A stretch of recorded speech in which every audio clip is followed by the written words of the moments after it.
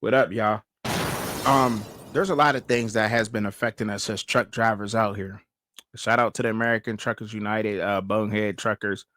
A lot of people that's out there and on the front lines being a voice for us truckers out there.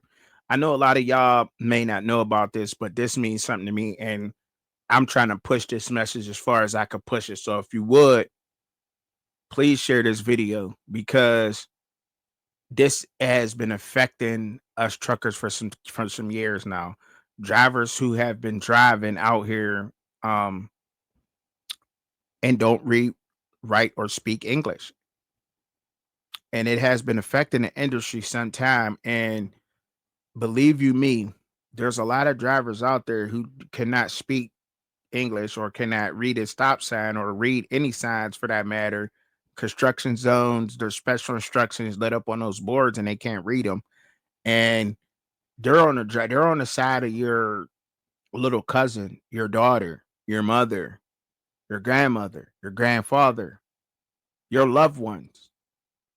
They're on the side. They're out there. That's who's driving in these streets and in these highways that's around. And the government was trying to keep that from y'all for some time now. They have even been passing out CDL license to people who can't even speak English just because they had one wherever they were at. And there's nothing wrong with that. And I'm not trying to say that all people are bad. But however, this is very important to me and to a lot of truck drivers. So once again, I definitely want to ask y'all to share this video as many times as you possibly can because things like this need to stop being swept under the rug. And it's a shame that it seems as if only the far right, as y'all would call it, or as people would call it out there, want to be the ones who are actually in support of truck drivers and what's affecting our wages. See, it's not only affecting the safety of the roads, but it's also affecting our wages because what's cheap to us is a lot to them. Yeah, you understand what I'm saying? So without further ado, man, I'm gonna play this video and I'll do my commentating after it. All right, let's just get to this video, man.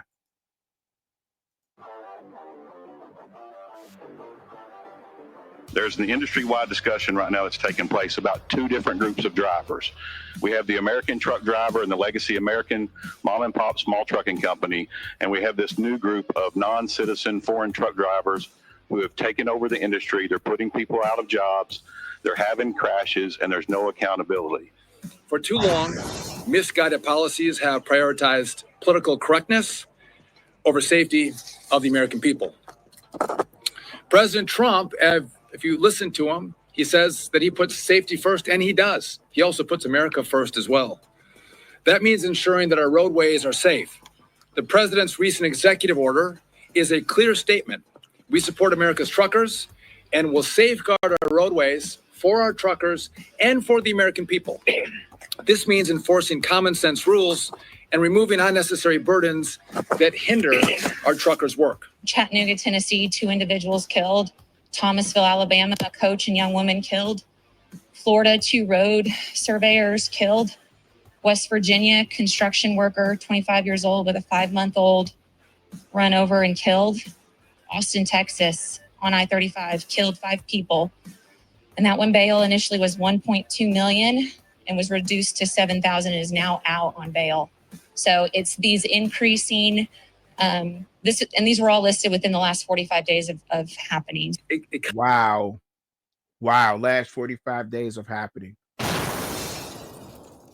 All people that can speak English. That's crazy. Kind of feels like the trucking industry has become the Wild West with a lot of bad actors who have been allowed to play in this space. You're starting to see a lot of people come in that are non-English speaking, likely not American citizens because they will work for low pay, very little experience, very little knowledge, and they're putting them out on the road hauling 80,000 pounds Why isn't this guy being deported?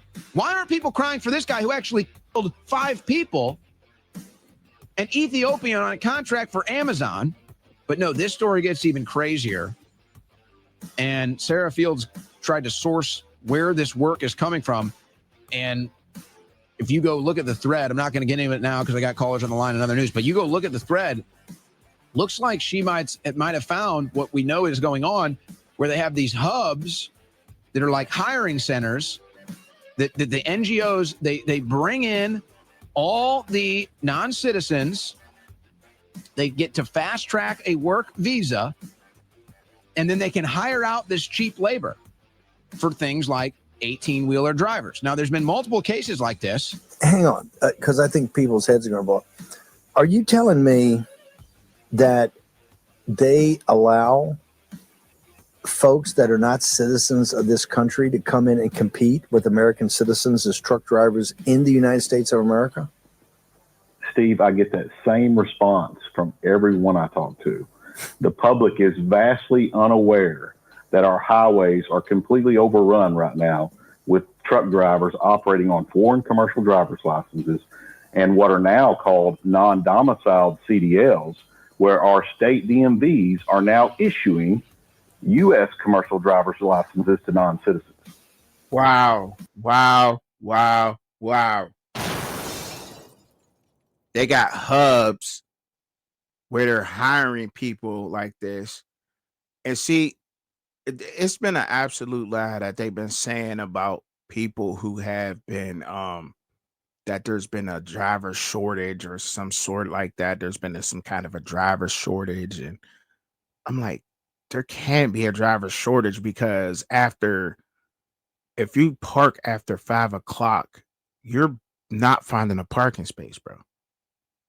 You have to park on the side of the road on the off ramps, and we can't park at Walmarts anymore. And and granted, there are some nasty American drivers, but for the most part, y'all, it is not all American drivers. Like, I've seen a lot of a lot of this third world country stuff you see over there. Like, come on, y'all, we're used to garbage cans, and you might see somebody pouring a pee jug in the grass or something, but they ain't leaving them out of gas. Like, I don't know too many people that do that, bro. I haven't seen that so much. But that's why Walmart don't let you park in their parking lots no more, because they've been absolutely trashed. And you're seeing this happen everywhere. And I know that's simple and really got nothing to do with it. But the biggest thing to me is that's crazy. That's crazy. And then you be hearing some of these same people, these billionaires, oh, America this, America, but you're literally contracting work out because you know why? A truck driver knows how much you should be getting paid if you're driving a semi truck for Amazon Prime. If you're driving a commercial, a 53-foot combination vehicle for Amazon Prime, you know how much money you should be making. You should be making what Walmart drivers are making or better. And see, that's why they want to get that cheap labor. But there's been an absolute lie about how many drivers. There's a driver shortage in America. There's no damn driver shortage in America. There's no, there's not. Absolutely not. But I'm gonna talk about this afterwards. We just got to finish playing this video, man. And our American truck drivers are now being replaced because they can't compete with this new workforce. In the United States of America, English is the lingua franca of the road. And in order to take part in America's collaborative and convivial driving culture, it's best if you communicate in the language of the people that live here. The American Trucking Association and the Arkansas Trucking Association endorsed the Biden Trucking Action Plan. What on House Bill 1745 are you against, Mr. Beach, or your association? The lack of taking drivers off of our roads that cannot read and understand our road signs and our temporary warning signs. There's been a drastic increase in fatality and injury accidents caused by big trucks, and we believe this is one of the root causes for it, sir. I know my whole career, there's been a lot of talk about how American truckers, you need to unite. We need to stop the trucks for 3 days and all of those things. And there is no voice out here for American truck drivers. And that is what we are going to serve. We are going to scream from the rooftop until we either win this fight or die. Will be a order directing the Department of Transportation to include English literacy tests for our truckers. This is a big problem in the trucking community that, unless you're in that community, you might not know. It's a big problem throughout the entire country. We have millions and millions of people here who don't even speak our language. But there's a lot of communication problems between truckers on the road, with federal officials and local officials as well, which obviously is a public safety risk. So we're going to ensure that our truckers, who are the backbone of our economy, are all able to speak English. That's a very common sense policy in the United States of America. So the president will be signing that later this afternoon. How is this not already a standard ever since trucks were created? And why are we allowing foreigners to take such prestigious jobs? Trucking is a fantastic industry, a fantastic job. I thought the immigrants are coming here to work jobs that, quote, Americans don't want to work. I mean, folks, right? Do you think somebody from Ethiopia is do you think there's a driving culture there like there is here? So they're bringing these people here who've likely never even driven a car, and they're fast tracking them to get these work visas and then get cheap labor, because look, it's kind of a thankless job and the hours are tiring, but I mean, you drive freight. That's a very important job, and you can make a decent living. I mean, you drive freight and you move a lot of freight. You can make, I mean, really, if you really work a lot of hours, you can make 6 figures. So what? So now Amazon and these other big companies are trying to not make sure their freight haulers are getting paid a good salary. So they're importing non-citizens, fast tracking their visa, and then they don't even have proper training. They don't even have driving experience, and then they kill 5 people in a wreck. Yeah, I mean, we need to train drivers better. See what I'm saying? That's a huge problem. It's a huge problem out here, y'all. It is huge, and it's going on every single day. Every single day, and it's coming from a lot of the bigger companies. It is. It's affecting a lot of us out here.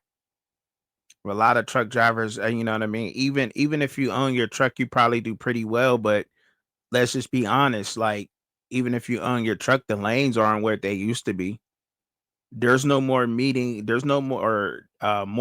meetings or afternoon meetings or night meetings, because like 9 years ago, when I got my CDL and I first started driving, there used to be these meetings that the truckers, we used to just, we congregate in the lounge, and, we are sitting there watching a boxing match, MMA match, hockey game, whatever, sport that may be, or maybe sometimes it's just a movie, whatever. We did in the lounge, but it was just an area where we met up at, got your food, whether it was breakfast, lunch, or dinner, and they're sitting there conversing, and I'm soaking up a lot of the game about trucking, just listening to these truck drivers talk amongst each other.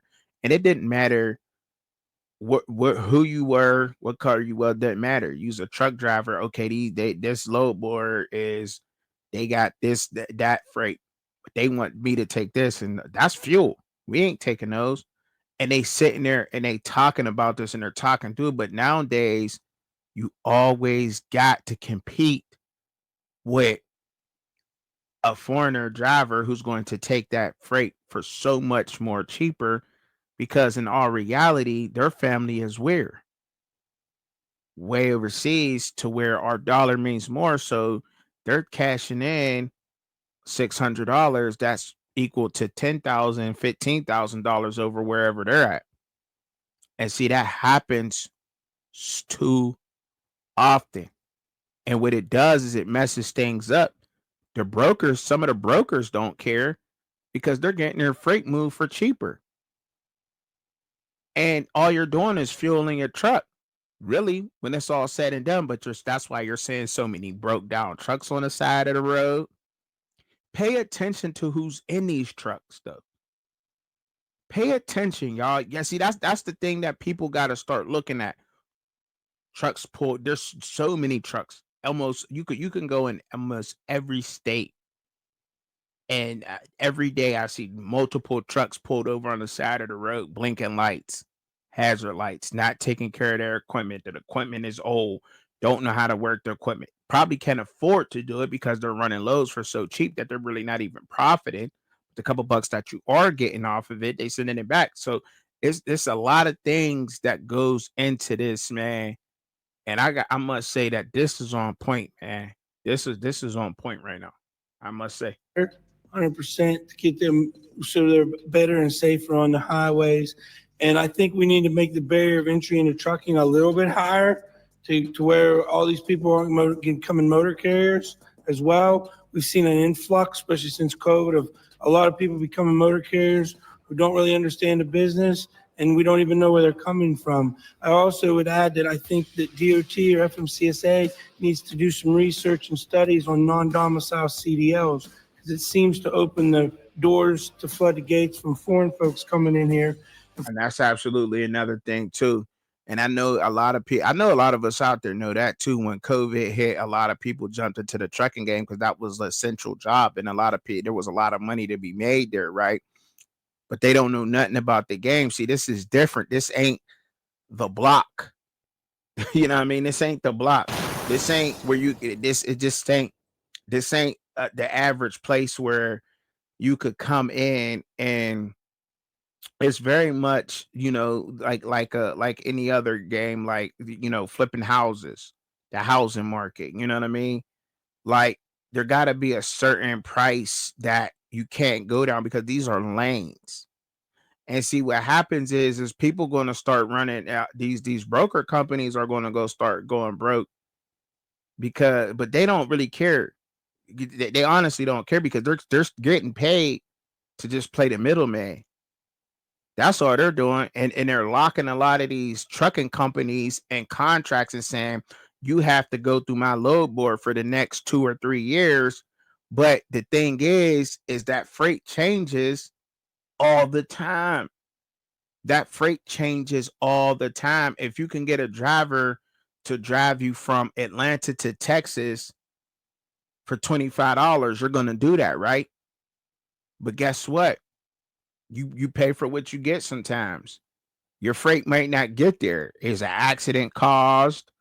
All that makes the freight drop too because of the accidents that's been on that lane, those lanes or whatever. That makes things drop, but that has nothing to do with you or whatever else. Freight not being secured. Sometimes companies will pull out from those. That hurts companies. And mind you, they're locked into these contracts with these broker companies, with some of these broker companies, but they keep dropping their rates. And see, but they're always going to get people to do it for cheap. The cheap labor is what they always want. That's what they want. But then they want you to secure the load. They want you to get the load there by a certain time. They want you to, they really don't care how you get the load there. As long as you get it there, they get paid. You get paid, whatever else. But the money is like, it's really drying up, and something had to be done about this. It had to be done about this. And a lot of it, and I hate to say it, but it's the truth is, and I've been saying it for years. I've been saying this for years. It's the foreigners in the game. It is. It really is. The not wanting to sit down with other people outside of their race and make things work. Because say what you want about Americans being the way that they are, and some people be having their biases or whatever. But I've never really seen a lot of Middle Easterns do business with black people or white people. I haven't seen it. Maybe some Caucasians, I've never seen it really done with African Americans. I've never really seen them really do business outside of their race. They're very well knit, well knit community, and there's nothing wrong with that. But when you come in a game like trucking, we all have to work together at some point. Now, we don't have to really sit together. We don't have to be friends or whatever, but we all got to understand that this is what this lane is, and we have to stick to that. And see, there was a point in time where brokers would say, okay, I'll give you more money to run this, because there was 15 other drivers that was sitting at that same truck stop with you that was looking at that load that denied that price, and they was going to stand on that because they knew that that was law. There's no morals and principles. It's always an underbid, and this is just one of those industries where you can't not go under. You cannot do that in this industry because it tears things up, and it's just making it worse and worse out there, to the point where a vehicle where you could take something out of the back and you do fed time for, not state time, that's federal. Anything, I don't care what it was, an apple, a banana out of the back of that truck, you pop that seal, you go in the back of that truck. Even a truck driver could get in trouble for that. So let alone somebody break into a back of a semi and take something out of it.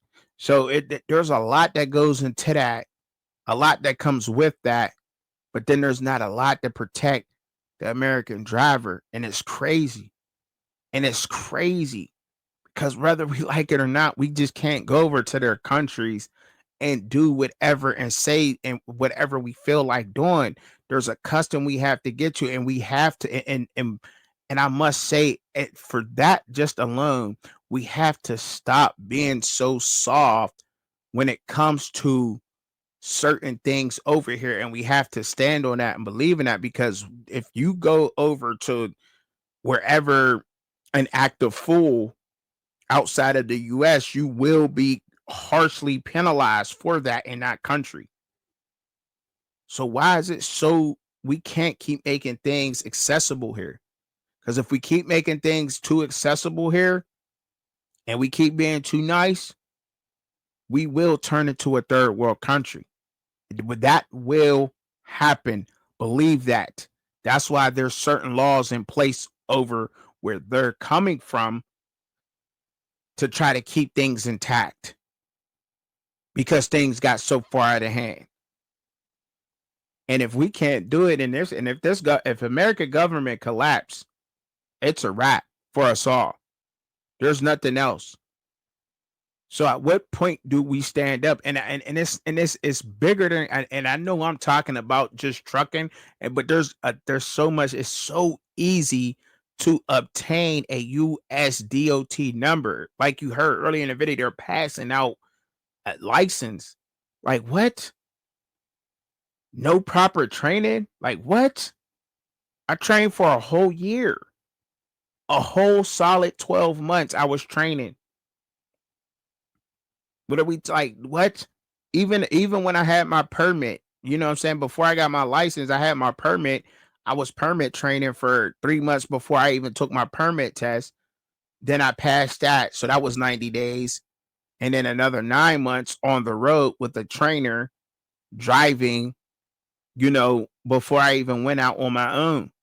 But now you're saying, truck drivers that's out there, like they're on their own and they don't understand simple maneuvering, let alone somebody who can't maneuver a truck, drive a truck, understand what's going on when there's a construction zone, like don't understand the proper things. And see that's the thing where it has to stop. And we got to stop being so soft when it comes to that matter. I'm sorry to say that.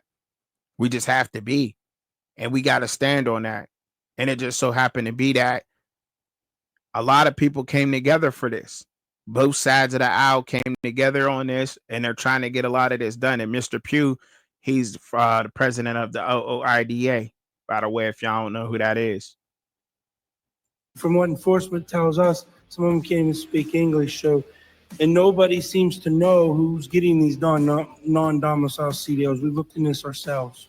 I always kind of wondered the scam. I actually thought it was the government behind it allowing, and I know some of that is it, but there's so much more to it. There's a whole scam, and it's really just come to light. I mean, it's a shame that a whole family had to die, and there's been a lot of people that died, but it's a shame the whole family had to die. But now people are really digging in, and this is the time we jump on them. I'm officially rescinding the reckless 2016 Obama guidance on English language proficiency. We're going to replace it with stronger enforcement procedures. So federal law has always been very clear. Commercial drivers must be proficient in English. English is the language of opportunity in America.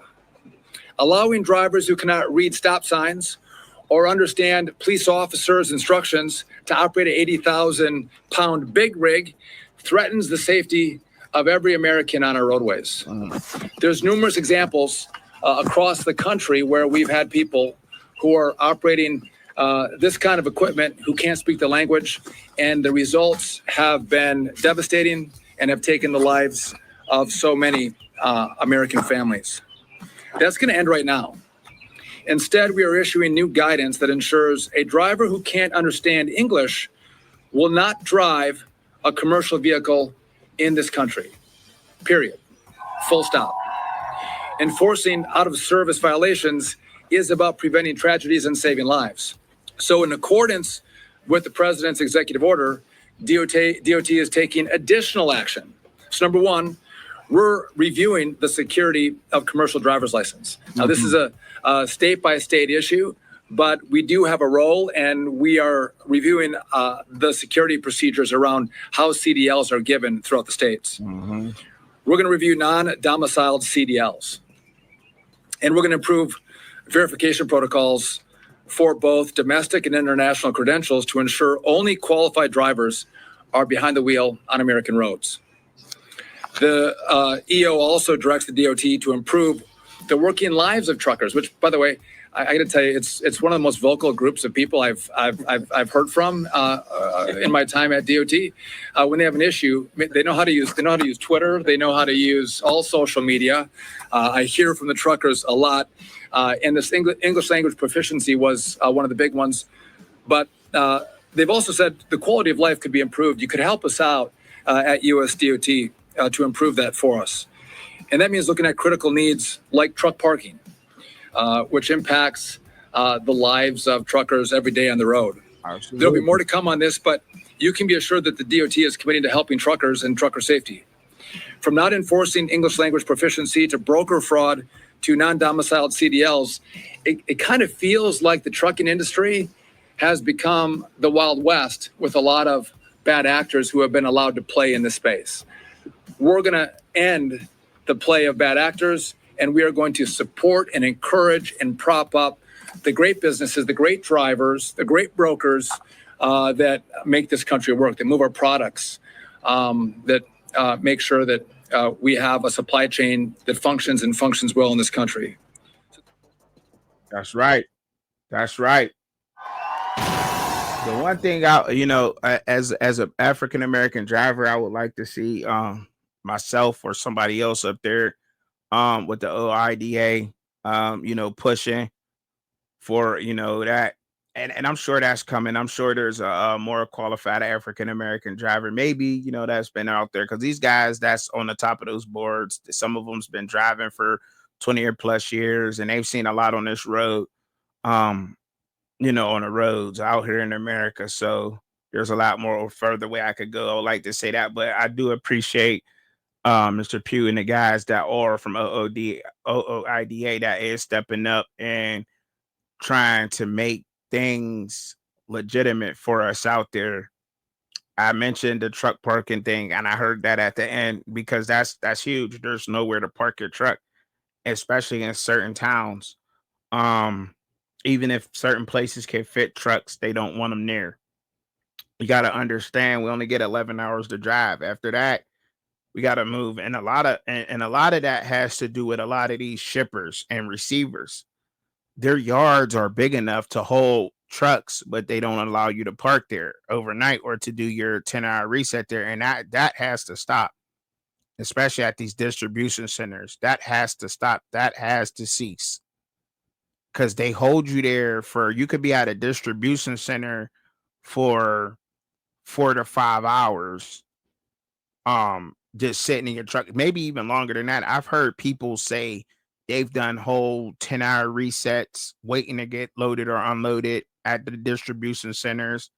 8 hours. I've sat out one for 6 hours. You know what I mean? You got to think that's 3 motion pictures. That's 3 movies. 6 hours is 3 movies. You know what I mean? That's a half a season of a sitcom or something. You know what I mean? Like that's a very long time to be sitting somewhere waiting to get loaded or unloaded from a distribution center. And there's a lot of distribution centers out there that don't allow you to park there. And a lot of this has to do with the conditions drivers leave their bathrooms in. Some drivers don't know how to use plungers. And I get it. I definitely understand that and I get that. And and that has ruined a lot for us, these nasty truck drivers. But however, you know what I mean? That everybody's not nasty, right? Everybody's just not nasty to the point where a lot of these guys got us using porta potties. Like, that's not sanitary. You might as well go get your own porta potty from Walmart. Use the bathroom in your truck and then dispose of the waste yourself rather than go sit in a public porta potty. Like, that's definitely not sanitized, sanitary to do that. But I will say that cleanliness for truck drivers got to get a lot better because there's a lot of nasty ones out there. And I understand why some of those guys don't like allow you to park there. But however, if it's taking you 4 hours to unload me, now you're stuck with having to you should be responsible for, letting me park somewhere. I got stuck here for 4 hours. I've missed my parking window. There's literally a parking window in truck driving, and as the season changes, the time moves up. So in the winter time, if you're not parked, because it gets dark at 5 in the winter, right? No matter where you at, if you're not parked at right after 3 o'clock, 3:30, from 3:30 to 5, if you're not parked in the winter, you're not finding nowhere to park. That's when you got to park on the side of the road, park on a very light traffic road on the high, you know what I mean, on the side. Like, that's always been a problem, and that has to do with so many trucks being on the road. Now, I don't know how many trucks will be removed off the road due to this English speaking proficiency law that they're putting in, or that they're passing right now. But I think that is very important to do that. And this must have been an important family that died. A family of 5 passed away just recently, a couple weeks ago or something, and they opened their eyes because the driver was from Ethiopia and he couldn't speak English. He couldn't read it, couldn't speak it, couldn't write English at all. And they like, how was he even behind the wheel of a semi truck? And this is because of the old regime. Whatever they passed, they was letting a lot of these people do that because it was cheap labor, and they was saying it was jobs that Americans don't want. This isn't a job that Americans don't want. This is a job that requires you to be away from your family a lot, and not every wife can handle the rigor of being a trucker's wife. It's not easy. It's not easy being away from your family, missing birthdays, and you know what I'm saying, you're supposed to be home on a Friday, but for some reason you got caught up at the shipper for 6 hours. So, you might be getting home Saturday morning, and these companies be knowing that you need to get home on the weekends. I'm out from Monday through Friday. There's a lot that I can get done in between that time, but for some reason you want to, get me stuck on a Friday with having a load way, and you didn't try to start getting me home on Wednesday when I was dropping off in Texas, but you want to wait till Friday to give me a load from Texas to Pennsylvania where I live at, knowing that I'm not going to get there till next week. So about time I do get back home on a Monday or Tuesday, I'm already into the next work week. I'm telling you to keep me out again. I'm already in the next work week. And that's and see a lot, some do that. And a lot of people, and the big thing is because a lot of drivers have families now.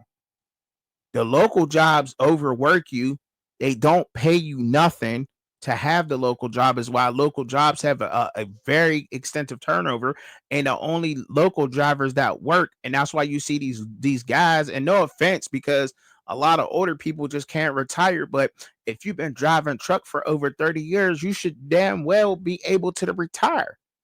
But I get it. Retiring sometimes is not good for the body, especially if you used to getting up and working. So the problem thing is with local jobs, you see a lot of older guys doing a job. And that's probably just because they just like, this job is just gonna pass the time. This job isn't gonna put my kids in private school and help me pay mortgage and my bills. This is a job for a retired truck driver who, does not want to sit at home and wants to make a couple extra bucks and be out. And even then, they deserve to be able to be home at 3, 4 o'clock in the afternoon, 3 o'clock at the latest for me, especially if you're starting your day at 5 in the morning, but they're working till 7, 8 at night.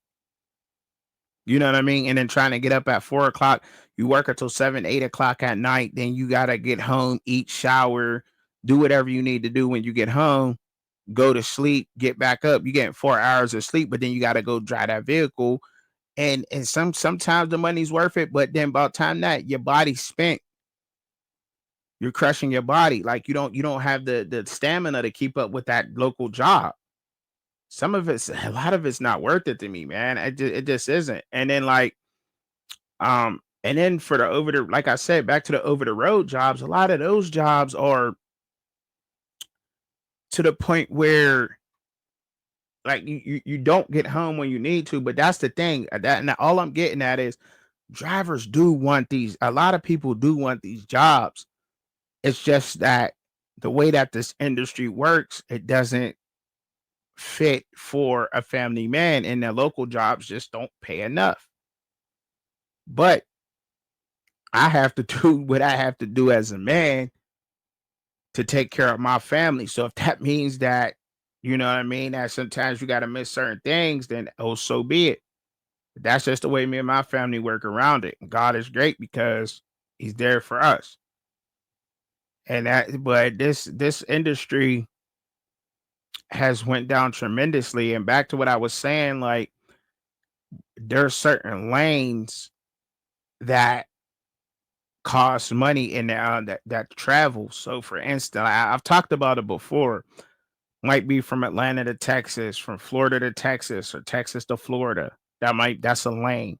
From Texas to Michigan, that's a lane. That pays a certain price, a good price. That's cross country, whether you want to believe it or not. You're going through multiple states. That's a nice ride. Nice good ride. New York to Florida. You know what I mean? And there's even shorter ones. New York to Virginia, New York to New York to with Virginia. That's a good run right there. From PA to North Carolina, that might be a lane.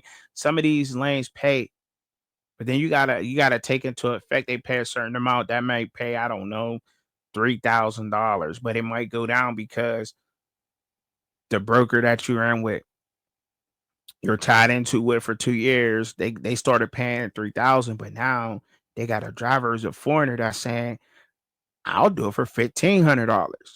Put fuel in my truck one time, one way. Hope it don't break down. Pocket the other 600. But now the broker's gonna want to go with the cheaper price. So guess what? Now that company's locked in with that broker, right?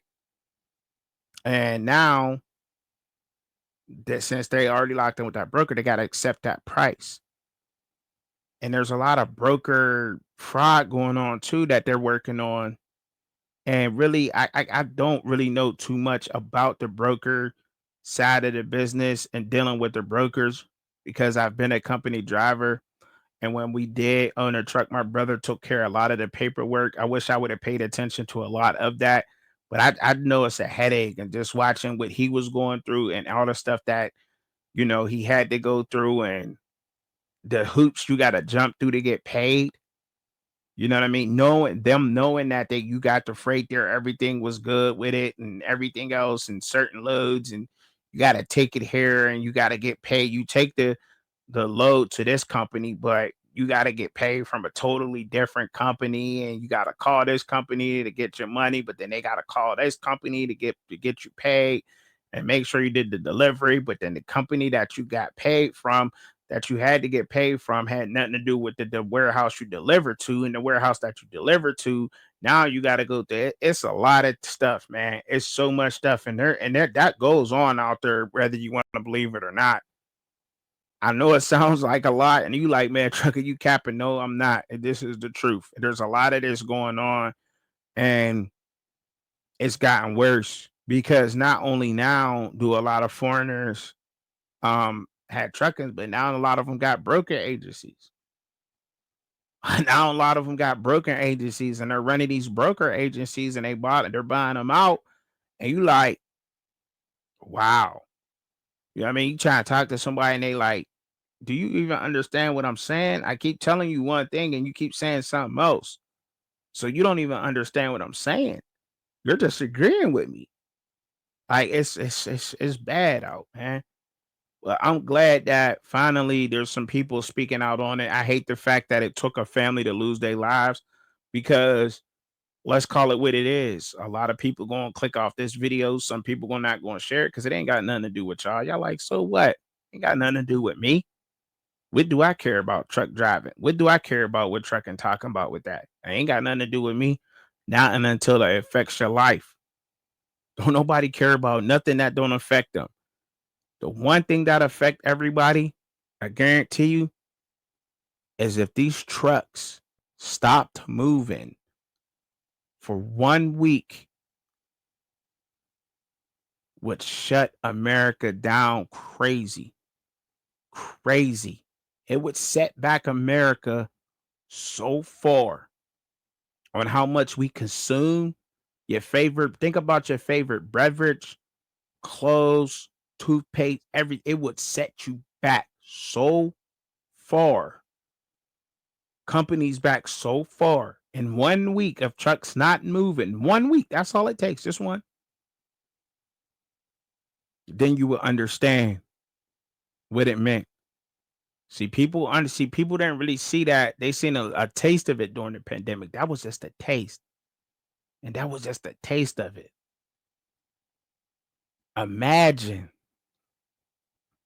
a week where there was no trucks moving for 1 week. And I'm telling you, they say 3 days. A lot of people say 3 days will do it. 3 whole days would do it. But I say a week because people really need to know and understand how important trucking is to America, on how spoiled we are and how much we consume and how much things are actually brought to us. Like your fast food that you eat when you get out of work, when you don't cook, they'll run out of buns or something. Telling you, I'm telling you, this world would be like it. We probably, yeah, it'd be crazy out there. It would be crazy. It would be crazy.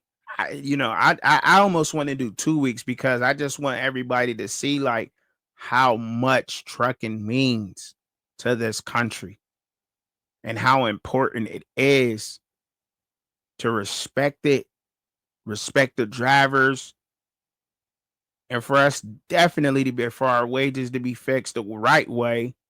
I'm not saying I'm not making decent money, but I know I could be making a lot more with 9 years experience. If I got 9 years experience in any other field, you get compensated for that, right? I'm just saying. It's a lot. It's a lot with this, man.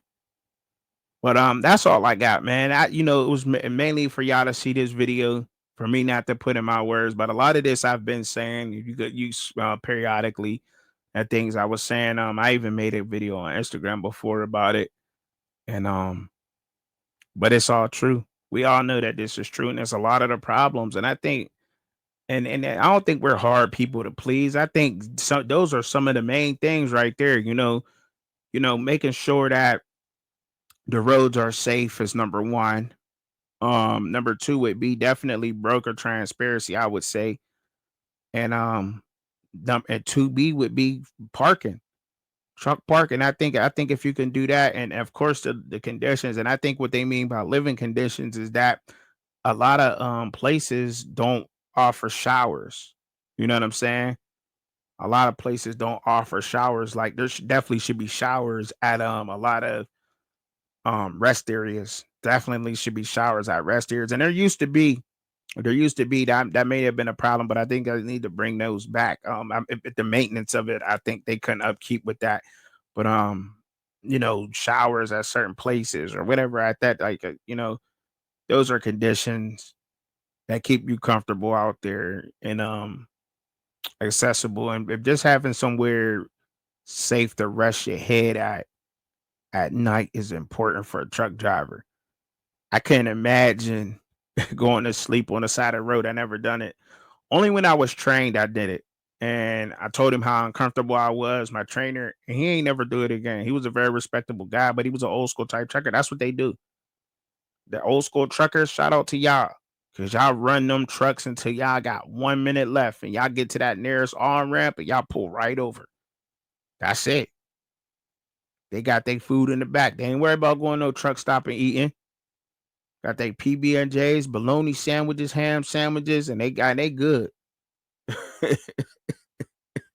Shout out to them, man. But it's not an easy life being a truck driver, man. I know a lot of people make it seem easy and glamorous and everything else, but there's a lot that goes into it, man. There's a lot that goes into it, for sure, for sure, for sure. But thank y'all for tuning in and thank y'all for listening, man. Thank y'all for listening. I appreciate it if y'all share this video. I know this is pretty long, but I do appreciate y'all listening and tuning in to this one, man. Peace.